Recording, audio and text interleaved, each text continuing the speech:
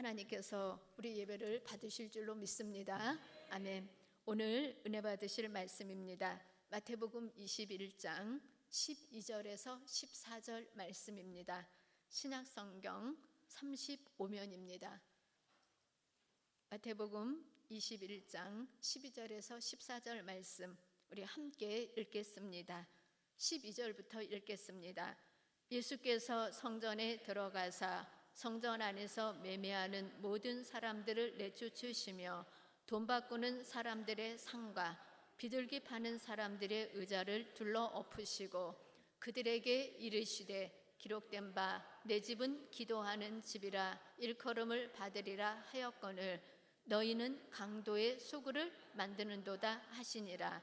맹인과 저는 자들이 성전에서 예수께 나아오매 고쳐주시니. 아멘.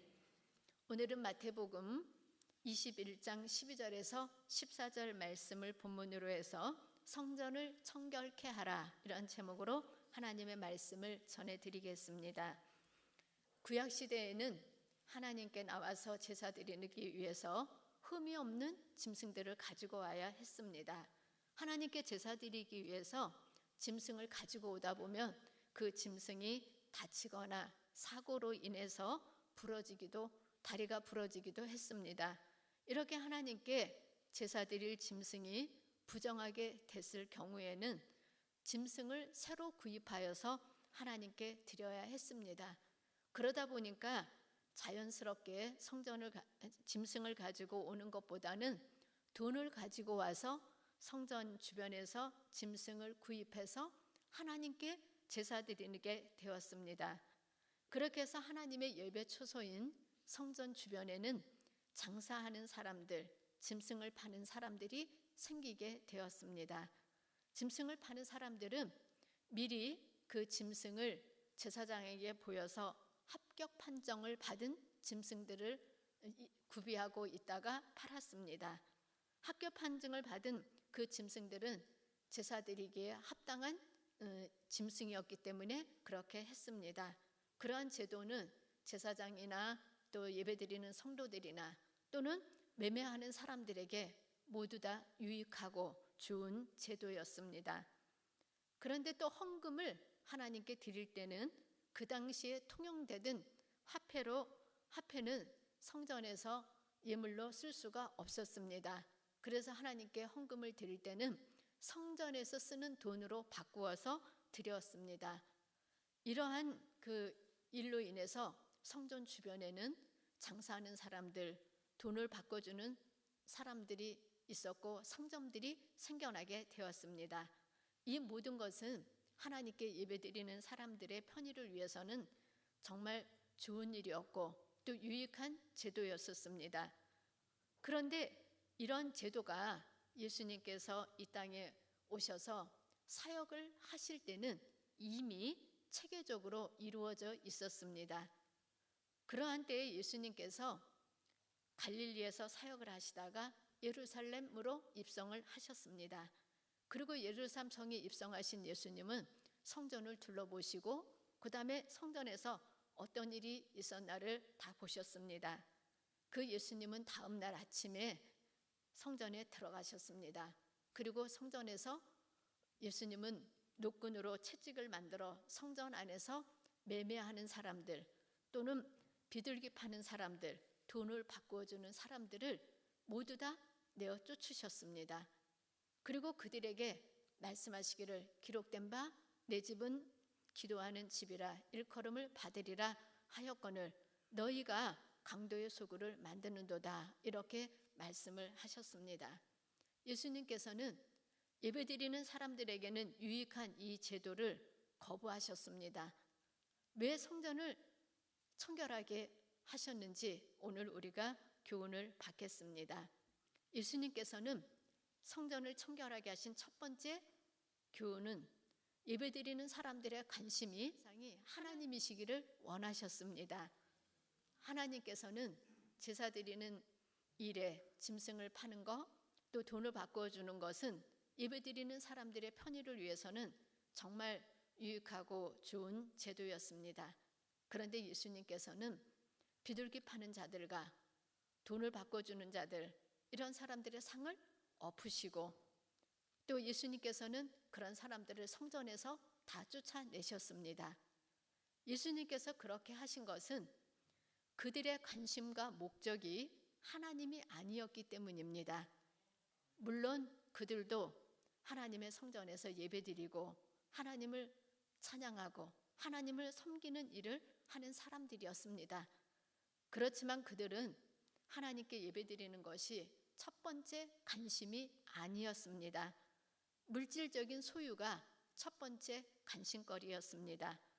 그것도 예배드리는 일을 통해서 물질을, 자기의 유익을 위해서 물질을 소유하고 또 그것을 돈 버는 일에 사용했기 때문에 예수님께서는 성전에서 장사하는 사람들을 모두 다 내어 쫓으신 것입니다. 예수님께서 비록 그런 것이 예배드리는 우리들에게 유익을 주고 편리함을 주는 일이라 할지라도 하나님을 모르거나 하나님께 관심이 없거나 하나님보다 다른 것에 관심이 있는 사람들은 하나님의 집, 성전에서 예수님께서 내어 쫓으셨던 겁니다. 그래서 하나님께서는 하나님의 집이 오히려 하나님께 관심 있는 사람들이 예배드리는 곳이 되기를 원하셨던 겁니다. 그러한 사람들이 장사를 목적으로 하나님 중심이 아닌 자기 중심으로 자기 이익을 위해서 성전에서 장사하는 사람들은 성전 한 구석에서라도 있는 것을 주님이 기뻐하지 않으셨던 겁니다. 맨 처음 교회에 발을 들여놓을 때는 진리를 모를 수도 있고 그 다음에 여러 가지 이유나 목적을 가지고 신앙생활을 시작할 수도 있습니다. 신앙생활이 이렇게 시작했어도 그런 것이 계기가 되어서 믿음의 발전을 이루어야 합니다. 믿음이 자라야지만 하나님이 기뻐하시는 겁니다. 그런데 믿음 자라는 것에는 관심이 없다면 그거는 하나님께서 기뻐하시는 바가 아닙니다.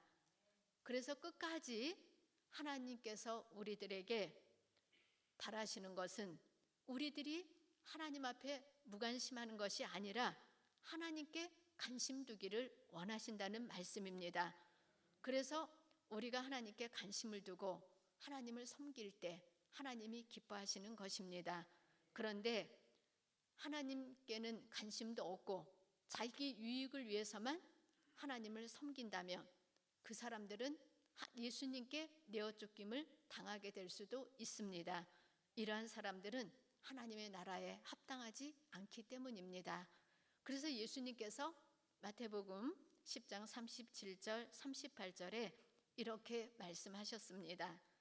아비나 어미를 나보다 더 사랑하는 자는 내게 합당하지 아니하고 아들이나 딸을 나보다 더 사랑하는 자도 내게 합당하지 아니하고 또 자기 십자가를 지고 나를 쫓지 않는 자도 내게 합당하지 아니하다고 말씀하셨습니다. 그러므로 우리의 관심의 대상 첫 번째는 하나님이어야 합니다. 그래야만 하나님께 합당합니다. 이런 사람들을 예수님께서 환영하고 축복해 주십니다. 우리가 그렇게 살지 못했다면 예수님께 우리 모습 그대로 고백하면 됩니다. 주님, 여태까지 저는 성전에서 돈 바꿔주는 일을 했습니다. 저는 또 비둘기 파는 일을 하나님보다 더 우선으로 두었습니다. 이제부터는 첫 번째로 하나님께 관심을 두고 살겠습니다. 그리고 주를 위해 살겠습니다. 이렇게 고백하면 됩니다. 이렇게 고백하고 돌이키면은 하나님께서는 그 즉시 그 사람을 용납해 주시고 새롭게 해 주신다는 것을 믿으시기를 바랍니다. 아멘. 예수님께서는 예배드리는 우리들이 하나님의 집에서 하나님을 만나고 하나님을 사랑하고 하나님께 영광 돌리는 일을 하기를 원하고 계십니다. 오늘 예배드리는 우리 성도님들은 예배드리는 이 시간이 하나님을 만나는 시간이 되시기를 바랍니다. 그리고 하나님을 사랑하는 시간이 되도록 하시고 하나님께 영광 돌리시기를 바랍니다. 아멘. 그런데 하나님보다 물질에 더 관심이 있거나 하나님이 계셔야 될 가장 귀한 자리에 하나님이 아닌 것이 있다면은 그런 사람들은 하나님의 집에서 내쫓김을 당할 수도 있는 인생이 되는 것입니다. 그러므로 우리는 가장 귀한 자리에 하나님을 두시기를 바랍니다. 그리고 우리가 그렇게 하나님을 섬길 때 하나님께서 그런 사람들에게 은혜를 베풀어 주십니다. 그러므로 하나님 제일주의, 하나님 영광을 우선으로 하는 신앙생활을 하셔서 하나님께로부터 인정받고 복받게 되는 우리 성도님들 모두 되시기를 바랍니다. 아멘. 두 번째 교훈입니다. 예수님께서 성전을 청결하게 하신 두 번째 교훈은 교회가 영과 진리로 하나님께 예배드리는 처소가 되기를 원하셨습니다. 예수님께서는 유대 땅에서 사역을 하시고 갈릴리로 내려가시는 길에 사마리아라는 동네를 지나게 되었습니다. 그 사마리아 지역에서도 수가라는 동네를 지나가셨는데 그때 한 여인을 만나서 예수님이 대화를 나누셨습니다. 그런데 그 여자는 예수님과 대화하는 중에 예수님이 선지자인 것을 알게 되었습니다. 그래서 예수님께 이렇게 말씀을 드렸습니다. 북쪽 이스라엘에서는 그리심산에서 예배를 드리라고 저희는 배웠습니다. 그런데 유대인들은 왜 예루살렘에서 예배를 드리라고 하는지 잘 모르겠습니다. 그러면서 예수님께 질문을 했습니다. 이스라엘 백성들이 애굽에서 나와서 요단강을 건너 가나안 땅을 들어가기 직전에 하나님께서 모세에게 말씀을 해주셨습니다. 가나안 땅에 들어가면 한 곳을 정하여서 하나님께 예배를 드리라고 하셨습니다. 그래서 이스라엘 백성들은 성막이 세워진 곳을 예배 처소로 삼았습니다. 그래서 맨 처음에는 성막이 실로에 있었습니다. 시간이 조금 지난 다음에는 그리심산에서 예배를 드렸고 그 다음에는 기브온산 산당에서 예배를 드렸습니다. 그리고 다윗이 왕이 되었을 때는 성막을 예루살렘 다윗성 시온산으로 옮겼습니다. 그 이후부터는 예루살렘에서 시온산 다윗성전이 세워진 곳에서 예배를 드리게 되었습니다. 시온산이 성 예배 중심의 자리가 되었던 것입니다. 그러나 불행하게도 이스라엘 나라가 둘로 나누어지고 말았습니다. 초기에는 북쪽에 있는 사람들이 예루살렘으로 내려와서 하나님께 예배를 드렸습니다. 그리고 얼마가 지났는데 북쪽에 있는 사람들이 예루살렘으로 내려와서 예배를 드릴 수 없게 되었습니다. 북쪽 이스라엘 나라가 자기들 나름대로 옛날에 성막이 있었던 곳 그리심산에다가 성막을 세우고 그곳에서 예배를 드리도록 했기 때문입니다. 수백 년이 지나면서 북쪽 이스라엘 사람들은 자연스럽게 그리심산에서 예배를 드리게 되었고 남쪽 유다는 예루살렘에서 예배를 드리게 되었습니다. 그래서 그 여인이 예수님께 물은 겁니다. 우리들은 그리심산에서 예배를 드리는데 당신들은 예루살렘에서 예배를 드립니다. 어떤 것이 옳은 겁니까? 라고 예수님께 그 여인이 질문을 한 겁니다.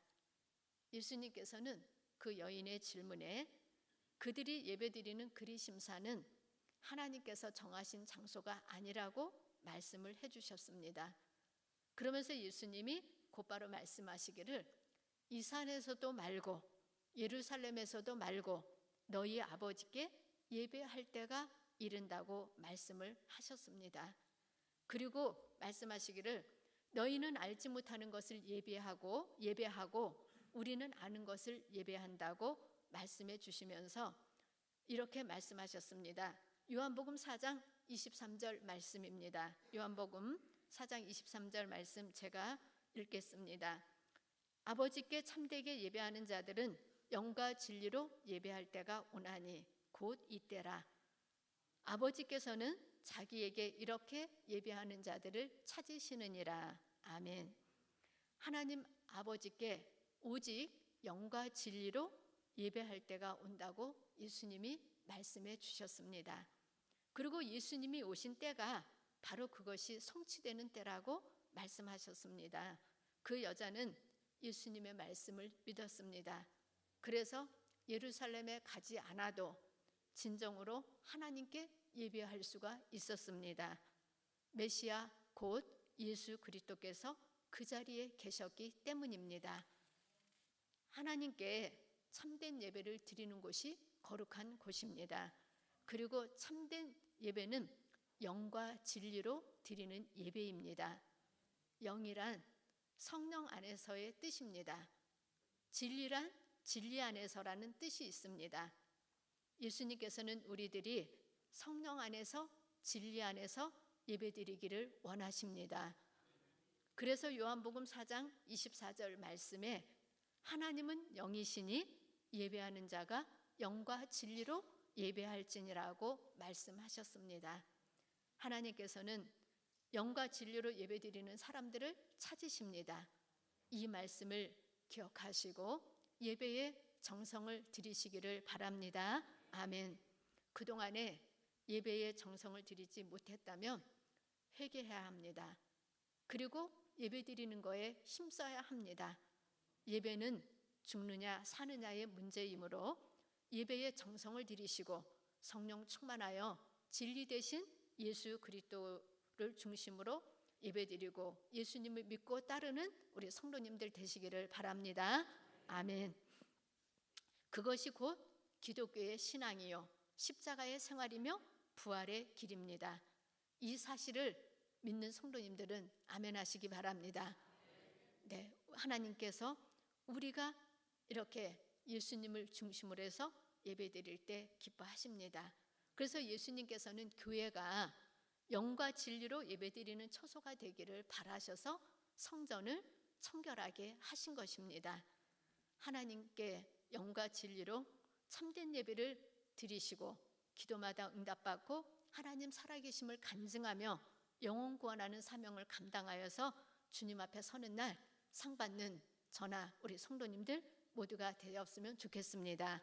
아멘. 그래서 하나님의 집에서는 하나님께 예배가 드려져야 되는데 우리가 영과 진리로 예배드리는 그런 예배가 되도록 늘 예배에 힘쓰시고 또 예배에 적극적으로 참여하는 성도님들 모두 되시기를 바랍니다. 아멘. 세 번째입니다. 세 번째는 하나님의 집은 기도하고 치료받고 찬양하는 곳이 되기를 원하십니다. 하나님께서는 우리들에게 이렇게 말씀하셨습니다. 마태복음 본문 말씀입니다. 21장 13절 14절 말씀입니다. 우리 13절 14절 말씀을 함께 읽겠습니다. 마태복음 21장 13절입니다. 본문 말씀 우리 함께 읽겠습니다. 그들에게 이르시되 기록된 바 내 집은 기도하는 집이라 일컬음을 받으리라 하였거늘 너희는 강도의 소굴을 만드는도다 하시니라. 맹인과 저는 자들이 성전에서 예수께 나아오매 고쳐주시니. 아멘. 예수님께서는 성전 안에서 매매하는 모든 사람들을 내쫓으시고 하신 말씀이 내 집은 기도하는 집이라 이렇게 말씀하셨습니다. 교회는 기도하기 위하여 모이는 곳이어야 됩니다. 또 기도는 교회에서 이루어져야 합니다. 그런데 기도하기 위해서 또는 응답받기 위해서 특별한 곳을 찾아가야 한다고 생각하는 것은 잘못된 생각입니다. 예레미야 29장 12절 말씀에 너희가 내게 부르짖으며 내게 와서 기도하면 내가 너희들의 기도를 들을 것이요 라고 하셨습니다. 하나님께서는 하나님의 성전에 와서 기도할 때 응답해 주신다는 것을 믿으시기를 바랍니다. 예전에 목사님이 성경 공부를 남성 성도님들과 함께 하신 적이 있었습니다. 그래서 남성 성도님들 그 몇 분에게 말씀하시기를 시간이 될 때마다 교회 와서 기도하라고 하셨습니다. 아침도 좋고 새벽도 좋고 밤중에도 좋으니까 언제든지 와서 기도하고 가십시오. 그렇게 말씀을 드렸는데 남성 성도님들이 몇 분이 기도를 꾸준히 했습니다. 그러면서 시간이 흘렀는데 어느 날 우리 성도님 한 분이, 어떤 성도님이 목사님께 상담을 했어요. 목사님께서 말씀하시기를 어차피 교회 앞을 지나다니는데 잠깐 들려서 기도하고 가시라고, 그러면 하나님이 도와주실 거라고. 그랬더니 그분이 알았다고 대답을 하고 그 다음부터 진짜 와서 기도를 했는데 일주일에 몇 번은 우리 교회 앞을 지나가는 일이 있었습니다. 그런데 오실 때마다 기도하러 오셨는데 하루는 제 눈에 보였습니다. 근데 들어오시더니 자판기에서 커피 한 잔 쫙 뽑으시고 그거 드시고 이제 올라가셔서 기도하러 올라가시더라고요. 그래서 저 성도님이 이제 기도할 건가 봐. 이제 순종하시네.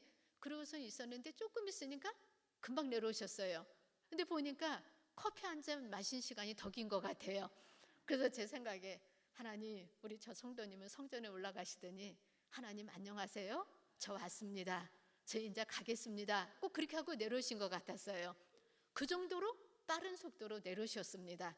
그런데 일주일에 몇 번은 진짜 그렇게 오셔서 기도를 하고 가셨어요. 그래서 저분을 오시면 어떻게 기도를 하고 가시길래 저렇게 빠른 속도로 내려올까? 정말 하나님이 저 기도 들어주실까? 무슨 기도를 하셨을까? 제가 혼자 그렇게 생각을 했던 겁니다. 그런데 코로나19가 시작이 되면서 그분이 교회를 안 나타나셨어요.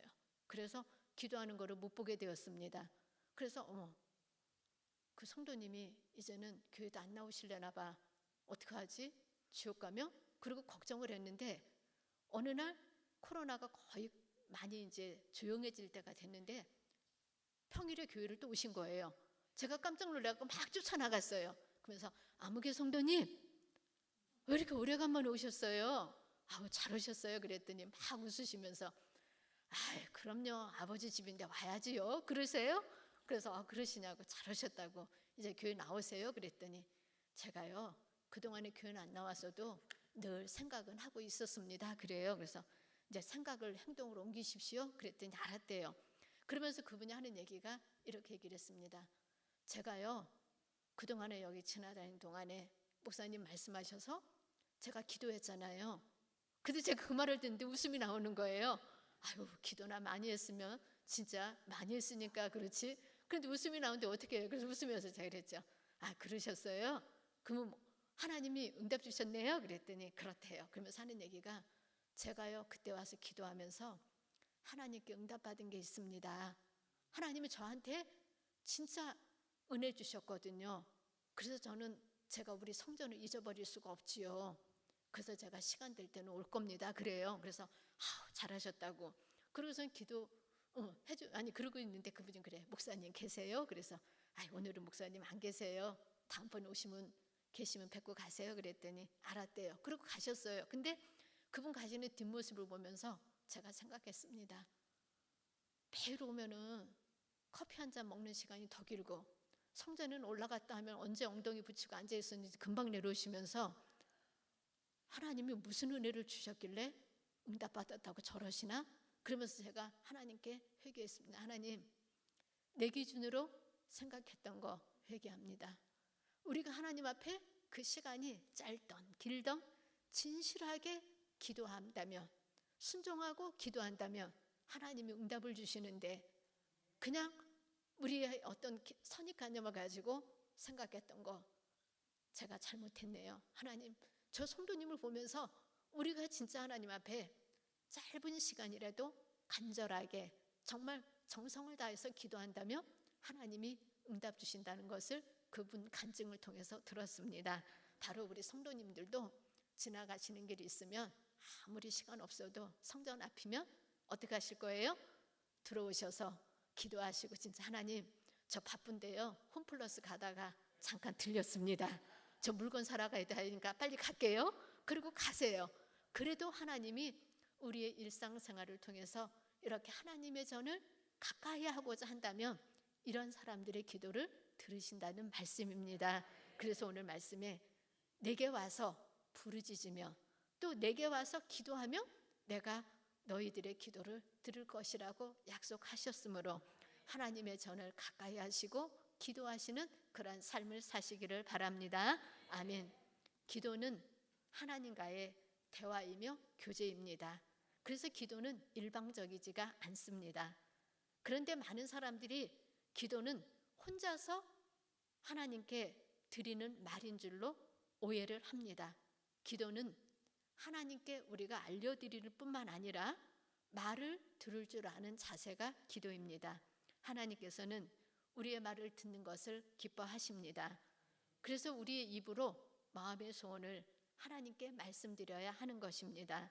하나님께 말씀드리면 하나님이 들으시고 우리들에게 말씀해 주십니다. 그래서 하나님의 집에서는 하나님의 말씀이 선포되는 겁니다. 그리고 하나님의 말씀이 가르쳐지는 것입니다. 하나님께서 우리에게 말씀해 주기 위해서 말씀으로 그렇게 하시는 겁니다. 하나님 앞에 우리의 손을 아뢰는 사람들이라면 하나님께서 내게 무슨 말씀을 해주실 것인가를 기대해야 합니다. 그래서 하나님의 말씀에 귀를 기울이면 하나님을 경험하게 되고 기도응답받고 하나님을 만나게 되는 것입니다.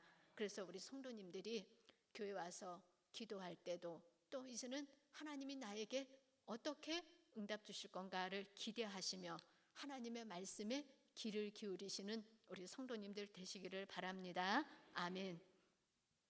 하나님께서는 하나님 중심이 아닌 사람들과 하나님께 우선적으로 관심을 두지 않는 사람들을 하나님의 집에서 다 몰아내신 이후에 하나님께서는 하나님의 성전이 기도하는 집으로 만드셨습니다.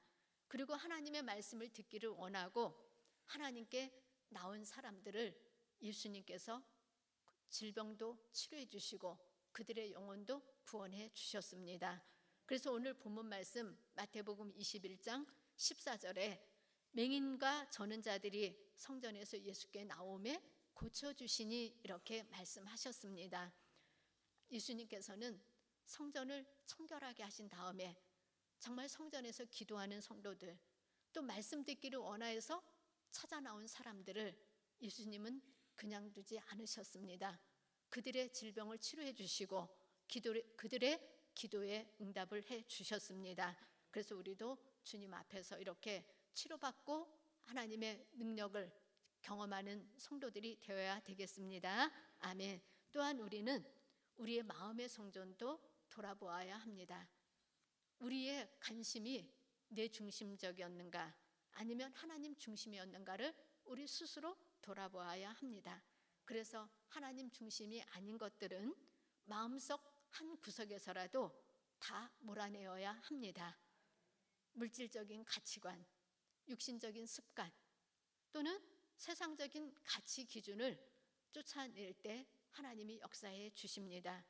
그리고 오직 하나님 중심의 신앙생활이 되기 위해서 하나님의 말씀에 귀를 기울이면 하나님이 치료해 주시고 구원해 주십니다. 주님께서는 우리의 영혼과 우리의 육체의 질병과 또 생활도 치료해 주시고 구원해 주신다는 사실을 기억하시고 믿으시기를 바랍니다. 아멘. 교회는 하나님께서 살아계시고 또 하나님을 만나고 하나님과 대화하는 곳이 교회입니다. 이렇게 되면 교회를 통해서 하나님이 치료하시고 구원을 하십니다. 그러므로 하나님 앞에 올바로 기도하고 성령의 능력으로 치료받고 하나님을 찬양하고 하나님께 영광을 돌려드리는 삶을 살겠다고 각오하시는 우리 성도님들 되시기를 바랍니다. 이렇게 해서 우리가 주님 뜻대로 살고자 각오를 하면 그런 사람들에게 하나님이 구원의 은혜를 베풀어 주시고 또 그런 사람들의 삶이 하나님 앞에 참된 기도와 찬양이 되도록 도와주실 것입니다. 그러므로 늘 그리스도 안에서 하나님의 성전에서 기도하는 것을 우선으로 생각하는 우리 성도님들 되시기를 바랍니다. 아멘. 하나님이 기뻐하시는 바가 무엇인지 오늘 말씀을 들었습니다. 그리고 하나님이 기뻐하지 않는 우리의 마음 자세가 있다면 마음을 돌이키는 시간이 되어야 하겠습니다. 2000년 전에 예수님이 이 땅에 오셨을 때는 성전에 들어가셔서 하나님께 관심이 없는 사람들을 예수님이 다 내어 쫓으셨습니다.